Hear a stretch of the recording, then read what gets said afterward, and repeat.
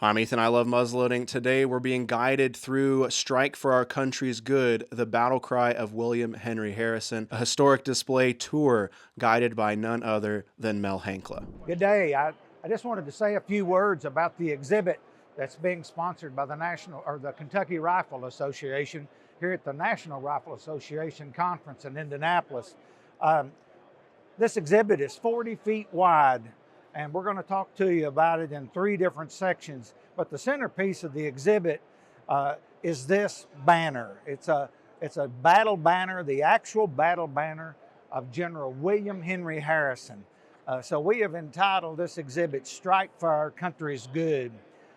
These things that's in this case, Harrison's sword, his silver spurs, and his hat, and this banner and some other things that we'll talk about in a minute in the Tippecanoe section, have all been donated to the Grouseland Foundation in Vincennes. And that was William Henry Harrison's home that he built in 1803. As we were talking, while we were in front of the battle banner that reads Strike for Our Country's Good, we've divided this into three sections. And the first is about the Battle of Tippecanoe. You'll see that there's an original coatee, a battle coatee that belonged to Jarvis Jackson from Kentucky. And he was at all three of these battles. So we felt like that it was a fitting thing to start the exhibit with. But next you're going to see the Rembrandt Peale painting of General William Henry Harrison. And it in itself is just a masterpiece. The next case, as we go in, there's actually a war club, an Indian war club that was picked up by Harrison's aide-de-camp and given to him after the Battle of Tippecanoe. And there's a wonderful pocketbook that belonged to John McCoy, and John was killed at the Battle of Tippecanoe. And inside this, there's his journal, his signature's in there where he's bought this in 1796. And there's a lot of his different things. His personal effects, including his marriage license, was folded up and in this. So you just can't get more personal than that. Actually, the centerpiece of this exhibit is the Grouseland rifle.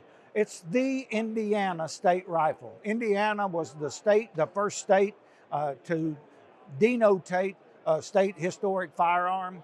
So the Grouseland rifle was produced by John Small in Vincennes. To the left of that is a model 1795 Harper's Ferry musket, which would have been the standard battle weapon of the infantrymen at that time. And then on the right-hand side is kind of a buck and ball Fowler that's also by John Small. So it would have been the kind of gun that would have been used by the Rangers and by the general men of the day. They had to afford their own weaponry. So, and then to the right is actually William Henry Harrison's his campaign chest, and the journal and the war club were in this chest. And then on top of that chest is a commemorative horn by Tim Tansel that says General Harrison, and it's dated 1841, and that's the year that Harrison died.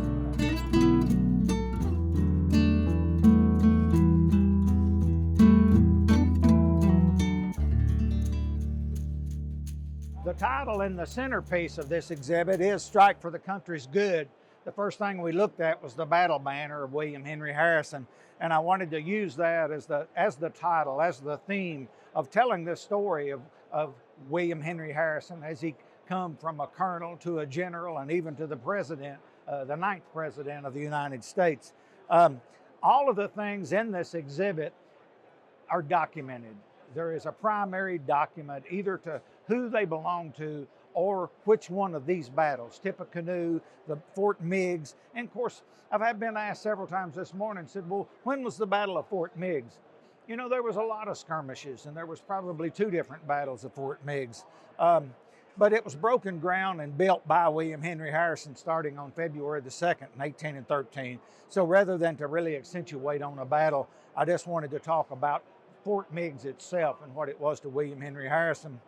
There's a case to begin with a tomahawk that's inscribed by Antoine Bondy, who was one of the Indian scouts, the head of the Indian scouts at Fort Meigs. Then Captain Quarry's dagger, silver-mounted dirk, is here on exhibit. There's two engraved horn cups. The general of the day at the last battle of Fort Meigs was a Kentuckian General Green Clay. And in the center of this exhibit is Green Clay's sword. But to the left of that are two horn cups, one of which belonged to General Green Clay. There's a second that's obvious by the same hand. Both have got the map of Fort Meigs on them. So it's obvious, and it belonged to Colonel William Boswell, who was under William Henry Harrison and one of the commanders of the day at Fort Meigs. We've also got a 1803 Harper's Ferry rifle. One of the neatest things that I'd found while pulling this together is a newspaper article that was published in the Kentucky Gazette on May the 6th in 1813, and it was basically an advertisement to the men to leave your good rifles at home and pick up a Harper's Ferry at Newport, Kentucky. And it talked about how wonderful it says, it's a notorious fact that in the Northwestern Army, the best woodsmen put by their very best rifles and took the public rifles made at Harper's Ferry. Then we've got of course, this was all an Indian skirmish. So we've got a Chief Grade's Trades Fusil, 18th century rifle. Of course, they carried these things for years. And this one was at the Battle of the River Raisin, as well as at Fort Meigs. One of the neatest things in the exhibit is a very rare Francis Tansel powder horn, and it's one of 7 known that's got Fort Meigs engraved on it. This particular horn's also got Cincinnati, the city front of Cincinnati. Got a carved head as the spout. Just a wonderful artifact of the settlement of Kentucky in the War of 1812. The American Society of Arms Collectors has used the 1805 Harper's Ferry pistol as their logo. It's been looked at as one of the most graceful and beautiful martial pistols in existence. This one is of interest to me because on the side plate, it's signed J.T. Johnson, Johnson's Junction, Kentucky. And it belonged to John Telemachus Johnson, who was Richard Mentor Johnson's Battle of the Thames fame. It was his brother, and he was wounded. He had actually, as Green Clay was bringing the Kentucky troops in, he was ordered by Harrison to ride back and forth in front of the troops, ordering them to protect the Kentuckians as they were coming into Fort Meigs. And he wasn't wounded. His horse was shot out from under him, but he wasn't wounded. And the next day, he was standing within feet of William Henry Harrison, and a stray musket ball hit him and wounded him badly. He survived, but still. So good documentation of artifacts at Fort Meigs. The third installment, if you will, of this exhibit is the Battle of the Thames. And it's probably the most important to me. As a Kentuckian, I've studied about the Kentuckians that left from Kentucky and went to Newport and mustered and went to Fort Malden and then went on actually to up by Chatham, Ontario, Canada at the Battle of the Thames. But in this exhibit, you'll see a presentation tomahawk that belonged to Richard Mentor Johnson. It resides at the Kentucky Historical Society, and it was presented to him by a good friend of his that was a naval captain that served under Oliver Hazard Perry. The centerpiece of this exhibit is Garrett Wall's rifle and powder horn. This is interest to me because Garrett Wall was one of the 20 volunteers when Richard Mentor Johnson come up against the Shawnee and Tecumseh. He called for 20 volunteers for somewhat of a suicide mission. It's been called the Forlorn Hope. At the first volley, 16 were killed. Garrett Wall's horse took a bullet between the eyes, and it knocked him under the line of fire. So he was the only one that wasn't wounded. Actually, Richard Mentor Johnson was shot 4 times. Kentuckian frontiersman William Whitley was killed, as well as the Shawnee leader Tecumseh.